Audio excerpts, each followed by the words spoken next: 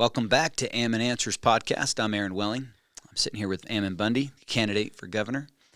We're coming to you weekly, talk about questions that have come to the campaign that they'd like to hear directly from Ammon. We encourage you, if you've got questions, go ahead and send them in. Ammon's got a busy schedule going around the state trying to do lots of town halls, meet and greets where he can talk to you directly, but we understand it's just not possible to get to everybody. So hopefully this podcast is a tool that can reach some of you that we haven't seen or talked to yet. So go ahead and you can send us your questions for the upcoming podcast that we will add them to the list, and if we got time, we'll get to. So we're going to jump right into this, if you're okay with that. Let's do it. Yep. Okay. So the first one is from Sarah. She emailed us saying, who does Ammon support for lieutenant governor and other offices? So there's a huge list of offices that are going to be voted on this next election. But for sure, I think for Lieutenant Governor, Priscilla Giddings, I like her because she has some backbone. She's willing to fight. She's willing to stand up and say what is right. I think she's running a pretty good campaign, and mostly she's just a principled, honest person.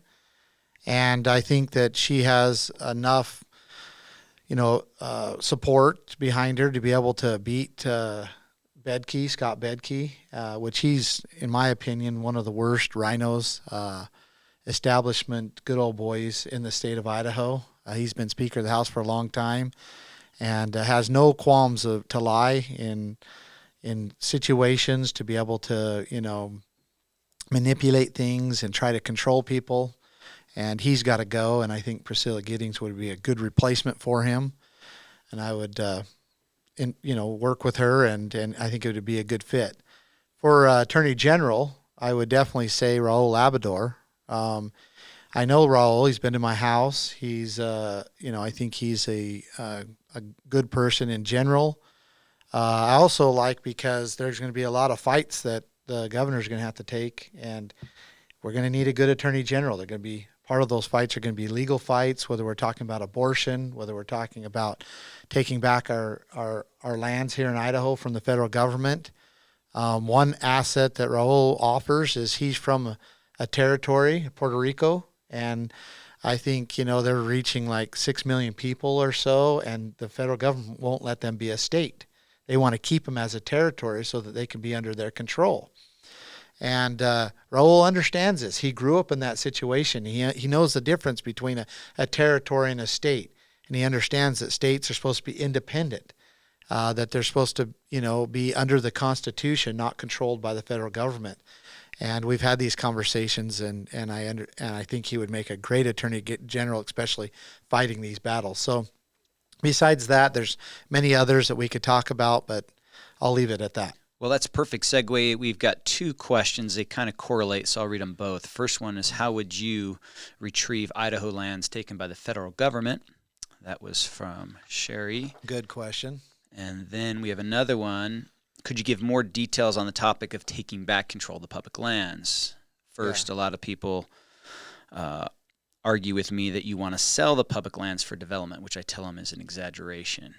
Yeah, I think those are good questions. So, first of all, we have 32 million plus acres in Idaho controlled by the federal government.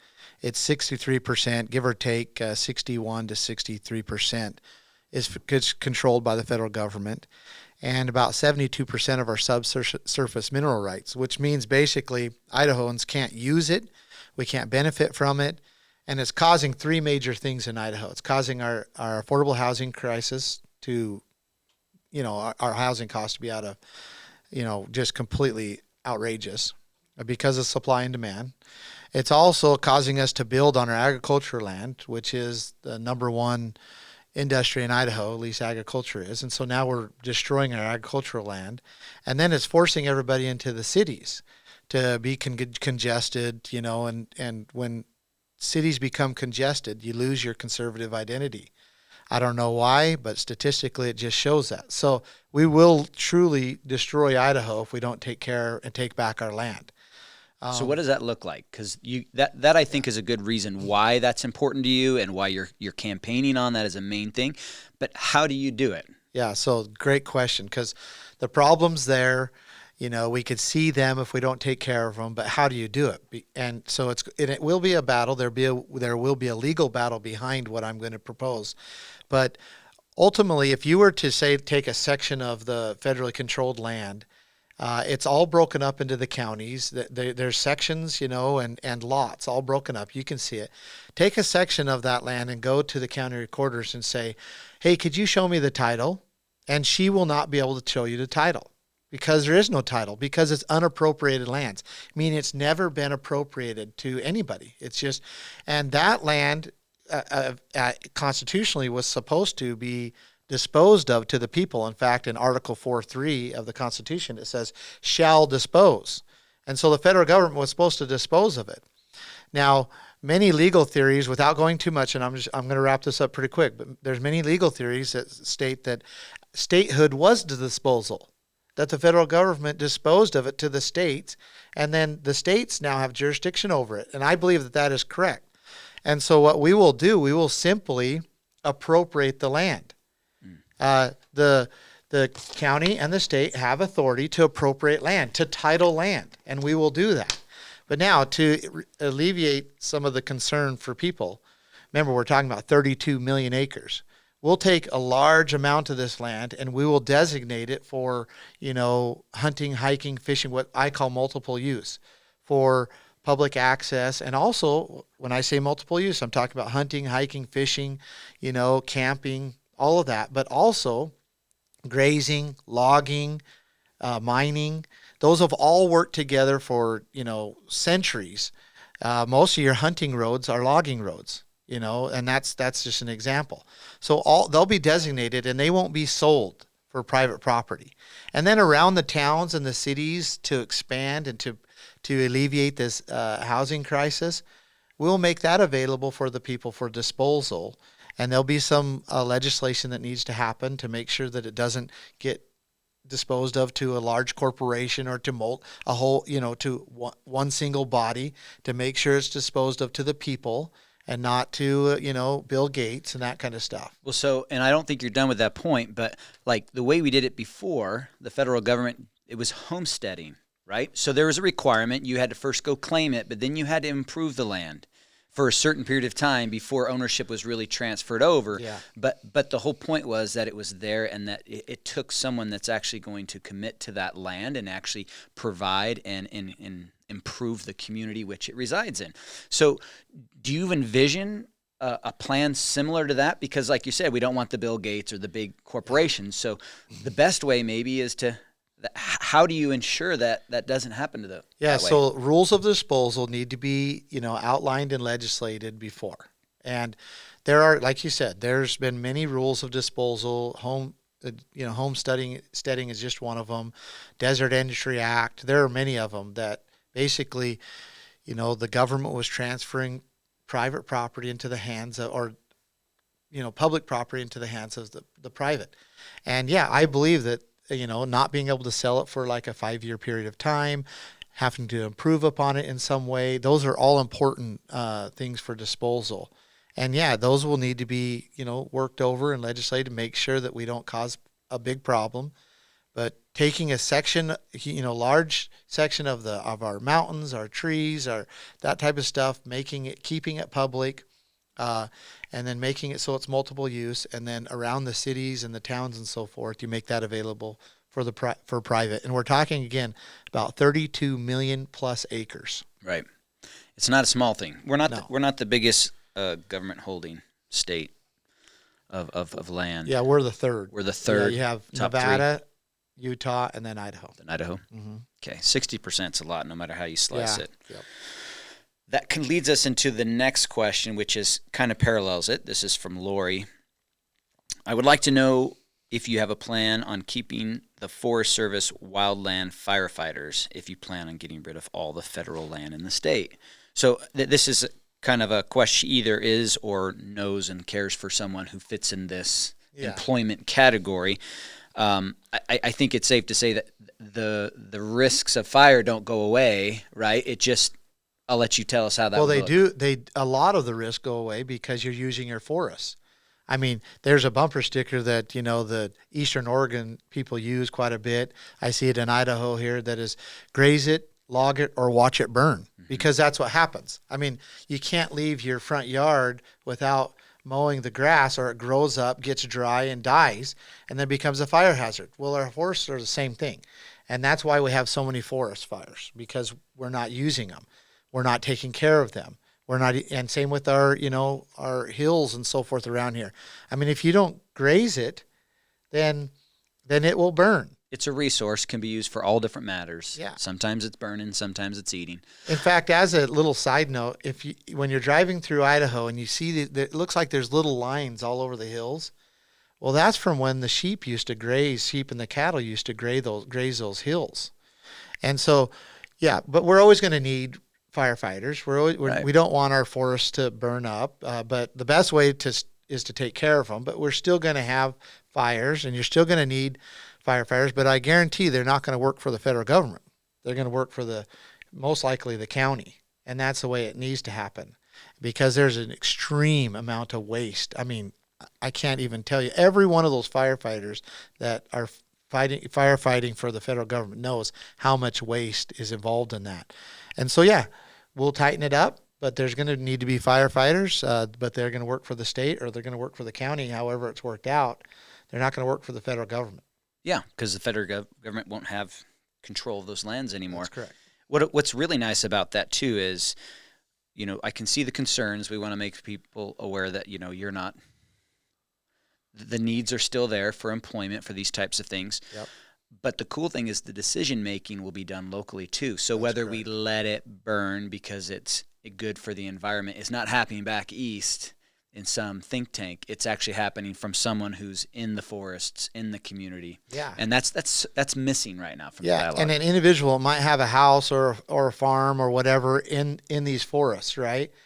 They now get to have a say on how they're taken care of. They care about them most, and that's just the reality. And they get to decide. They get to affect how it's taken care of. And this no use policy that the federal government has pushed down upon us just will be gone. Why don't you tell everyone the story of when your dad notified BLM, Forest Service, whoever it was, of the fire at the ranch, right? I'm surprised you remember that. Yeah. So there was a fire that started at the ranch where I grew up, and the BLM was notified. I don't think my dad notified them, but they were notified, and it took them 2 days to build this huge movement, and they had hundreds of vehicles down in Mesquite, which is the closest town, and they were down there and filling up the restaurants and filling up the hotels and all that. Meanwhile, the ranch is burning, and my dad wasn't going to wait for it. He wasn't going to let the range burn. So he gets on a bulldozer, and he goes out there, and in less than 24 hours, he puts out the fire himself. And about the time he gets it put out, then here comes this army of, Forest Service Right. and BLM firefighters up there. And he was like, well, he was literally on his way back, parking the, equipment and all that. And that's just a reality. So they probably spent several $1 million just getting out there. Right. And my dad, at his own expense, put the fire out. Right. And that's story is not isolated. That's not just something that, Right. But in fact, part of what happened to the Hammonds in Oregon, where they were prosecuted in part because they were putting out fires, and they were costing the, firefighters a lot of money because they were putting out the fire so efficiently that was part of the dispute and the reason why they went after the Hammonds. Because they were losing revenue. They were losing revenue. Yeah. That's interesting. Let's switch this from state, because as a governor, there'll be interactions with the Fed.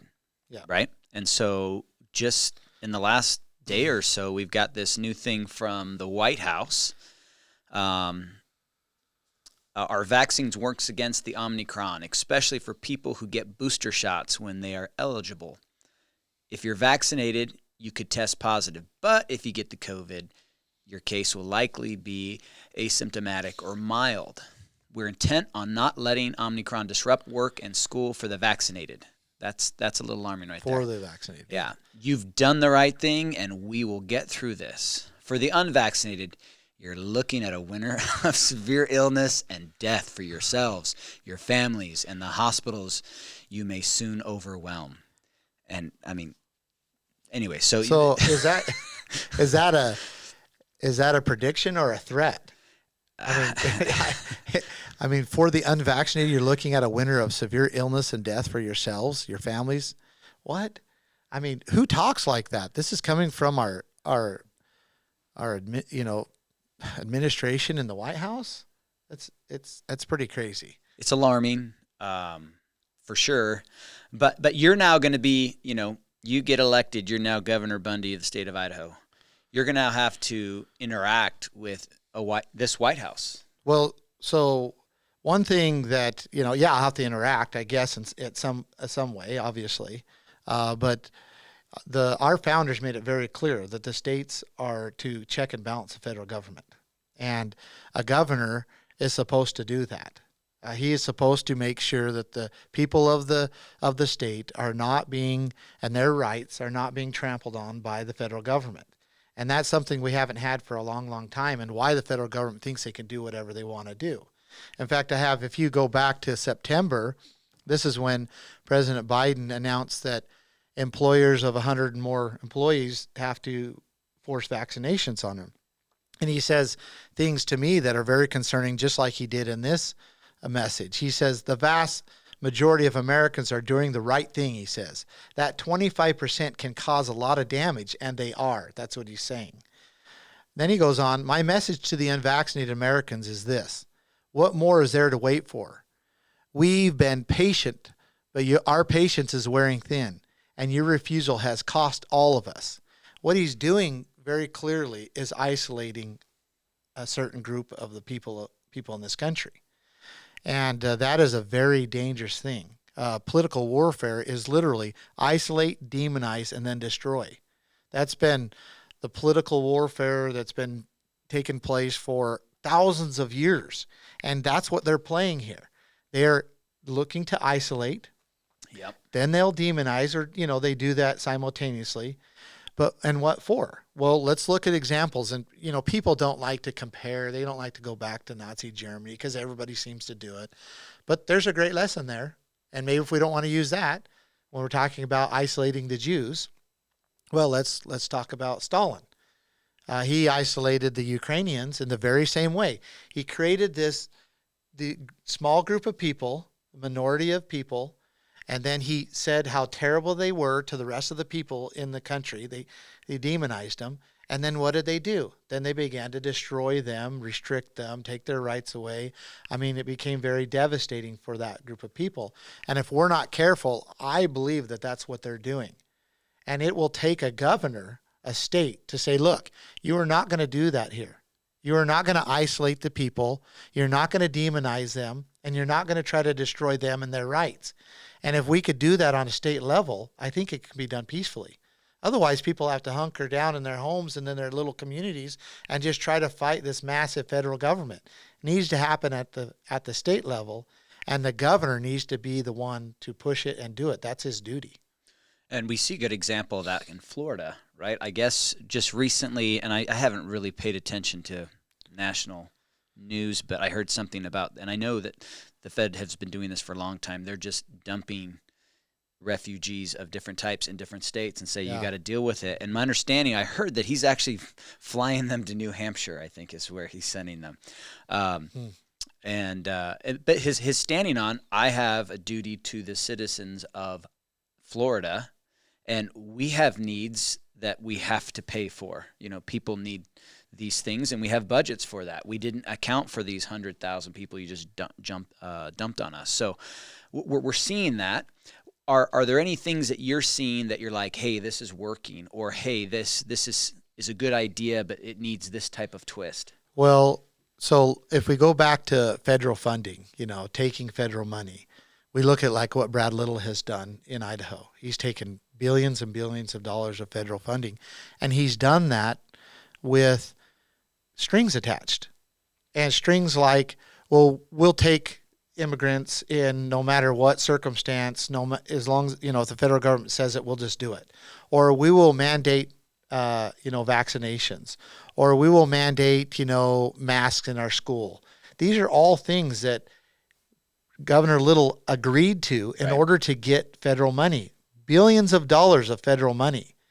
And that process has to stop. And it's not just happening on a state level. It's happening on a county level, your health districts, your school boards, even your hospitals, your many corporations are all taking this federal money and signing these memorandums of understandings that basically obligate them to force whatever the White House says. Right. And that is an extreme problem that we have in Idaho. It's all over the country, but in Idaho. And our founders termed it as putting the states and the people in undue obedience. And it's done through federal funding. So as governor, I will, fight that process of federal funding coming down into our schools, into our corporations, into our governments, stopping that process so that people can be free to keep their own money and also to make their own decisions according to how they want to make them. Beautiful. We've got a couple more questions. I'll jump in here. When I first read this from the White House, I guess I couldn't believe they're using that terminology. I thought this surely must be a fake, tweet or whatever statement. And to find out that it really is, and that he's using those terminologies, talking about, a certain group of people because, isolating them, that they're going to have a winter of severe illness and death, which the reality, to be honest with you, actually, to not get off that, the reality is just opposite. And so, I don't know what Biden's talking about. Well, he was very clear. He says, you may get it, but it will be really mild. Yeah, well, the reality, though, is with Omicron that it's all mild. It doesn't matter whether you're vaccinated or not vaccinated. But what is the benefit of being vaccinated if it's not going to protect you? So, Cornell University did another thing. There was like 900 new COVID cases there, and they're all vaccinated, and the list goes on and on and on. So just on a practicality, this is just not making sense. And for him to use that terminology, I think is just political warfare. He's just isolating a certain group of people. He's demonizing them. And I wonder what his plans are once he can get the American people to look down upon this 25% here. What is he planning on doing with them? What's the next steps? And history proves that it's really not a very good thing. So they isolated a group of people, they demonized them, and then they actually destroyed them. And it is literally the steps of political warfare. A little terrifying. All right, this is the Danish American warrior. What is your thoughts on those that are formally charged with a felony being unable to obtain a CCP, a concealed carry permit, as well as constitutional carry? I was overcharged and ended up pleading to a misdemeanor. Yeah, so what we have here, and the CCPs are one is everybody can open carry here, unless technically you're a felon. Mm-hmm. Well, but I'll give you something that happened to me personally. So I was released from federal prison. I was completely innocent on all charges in both trials, walked out without even a misdemeanor. Almost a year or so later, I want to go buy a new gun. I go into D&B Supply to buy a new gun, and I'm denied. So the FBI, on their background check, or whatever, the NICS, what I think is what it's called, denied me. And it was a full denial, meaning I could not buy a gun. Well, so I did a video, made a big old, stink about it, and the next morning, the FBI calls D&B Supply in Emmett, Idaho, and says, "Hey, Ammon Bundy can buy a gun." And so they call me, and I go down there, and I could go through the process now. So they give me permission, right? Well, why was I denied in the first place? Because I was found not guilty on all charges. I walked out. I never even had a misdemeanor. And so that means somebody in the background, a bureaucrat, is not basing it upon the law. They're not basing it upon, whether someone was convicted or not. It's not innocent until proven guilty. It's just some bureaucrats deciding they don't like that person, or that that person they think shouldn't have a gun for whatever reason. And that's not the rule of law. That is not the way this country should run. Now, to add to this story, I go back about a year later to buy another gun, and I was put on hold for a week. This was at Sportsman Warehouse, and so I had to wait. I waited. They called me back, say, hey, it's been approved. I go back in. I get the gun. They give it to me, and I'm about ready to leave, and I see another gun that I like. So I decide I want to buy that. So they do a background check on me, and they denied me. I literally left. I was denied at the counter, and I left with a gun and left the store. So again, I don't know what happened. Maybe they found out, oh, I bought a gun. And then later they said, oh, we made a mistake and denied me. But again, not convicted of anything. And still there's this bureaucratic process. And that's what's happening to most of the processes with government. They're being controlled by the bureaucrats, not by the rule of law. And the bureaucrats are deciding when to implement force or to stop somebody from having a gun or whatever. They're doing that without, due process, without people being found guilty, without going through the process to determine whether someone has actually done something wrong or right. And that's a very dangerous thing. And this individual here is experiencing that. They're just experiencing the effects of the bureaucrats. And again, the bureaucrats was the judicial system, the prosecutor trumping up charges high so that they'll negotiate for something lower, which is still a charge, which is commonplace in the legal field. Yeah, well, and really what it boils down to is we have already decided long time ago, a couple 100 years plus ago, that a person was not supposed to be punished unless they had been given due process and found guilty. And that is going away. That's almost gone, actually. That's why you have people like, that were at the Capitol building January 6th that are still in prison today. They're not being offered due process. They're not being given a speedy trial, and they're not being offered bail either. It's just a bureaucrat saying we're going to hold them in here and punish them. And no matter what happens on the back end, we still got our 2 years or our 1 year, out of them. And this is not the way this country was established. This is not the way the force of law is supposed to be implemented. It's supposed to be implemented by the people, a jury, determining that there was somebody that was guilty, and therefore the force of law can then force them to do whatever the sentencing is, not the other way around. So you're on the docket for the executive branch of government. You don't get to make laws. You're not the judicial branch where you have to find, people whether they're guilty of such crimes. So what is your role? And I'm kind of baiting you because what you said before, you're like, I need a good attorney general because there's going to be a lot of legal battles, right? The biggest problem from we'll call it a lay citizen's perspective is like, I'm accountable if my taillight's burnt out. I'm accountable if I am late on my county tax, federal tax, state, whatever. At every level, I am accountable, and there are consequences. Instant financial, sometimes prison sentences, right?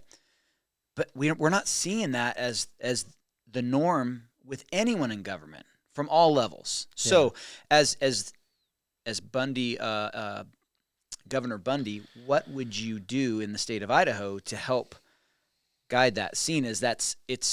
You're the executive, but you don't get to run that side. Well, so yeah, I'm the executive. I'd be the head of the executive branch, and the judicial branch is an equal branch to the executive branch. The governor has very little influence. It should have hardly any influence over the judicial branch. Same with the legislative branch. However, who are the prosecutors? They're under the executive branch. Like when you're talking about the state police and so forth, and the detectives and all that, that's all under the executive branch on a state level. And including your grand juries and so forth. So those are all in the executive branch. And so, you begin to say, look, we're not going to prosecute this type of action, if you will. because it's not a true crime. Then the governor has quite a bit of influence over that. Also, because the governor is the executive branch puts forth the law. That's their job. The legislatures make the law, and the governor puts it forth, and the judicial branch interprets it or determines it. And so that's the process, or really I shouldn't say interpret. There'll be a lot of people that would disagree with me. They basically go through the process of giving someone due process and handle that. So anyway, yeah, the governor does have a lot of effect on that. Plus, the governor can, literally has a bully pulpit to say, look, we need to stop doing this. We need to implement justice in our state, not political warfare. That's what needs to happen. And a lot of influence just simply on a political level can happen. So that could take us into a lot of different rabbit trails, that little thing we went there. I don't think we got time for that on this podcast. We've basically got most of the questions. Some of them were similar, but I think we got all of those. Are there something else that you want to talk about on this show? No, I think we ought to wrap it up, and people can send in more questions, and we'll do this again next week. And maybe we can just keep this going and this become a forum for people to ask the hard questions, and I'll do my best to answer them. Cool. All right. Well, thanks for being with us. We're going to try to do this every week, like we said. We may not do it next week because your campaign manager said that we're lightening your load these next 2 weeks for the holidays. All right. We may not see you guys next week, but we wish everyone a Merry Christmas and a Happy New Year. And until next time, thanks for joining us.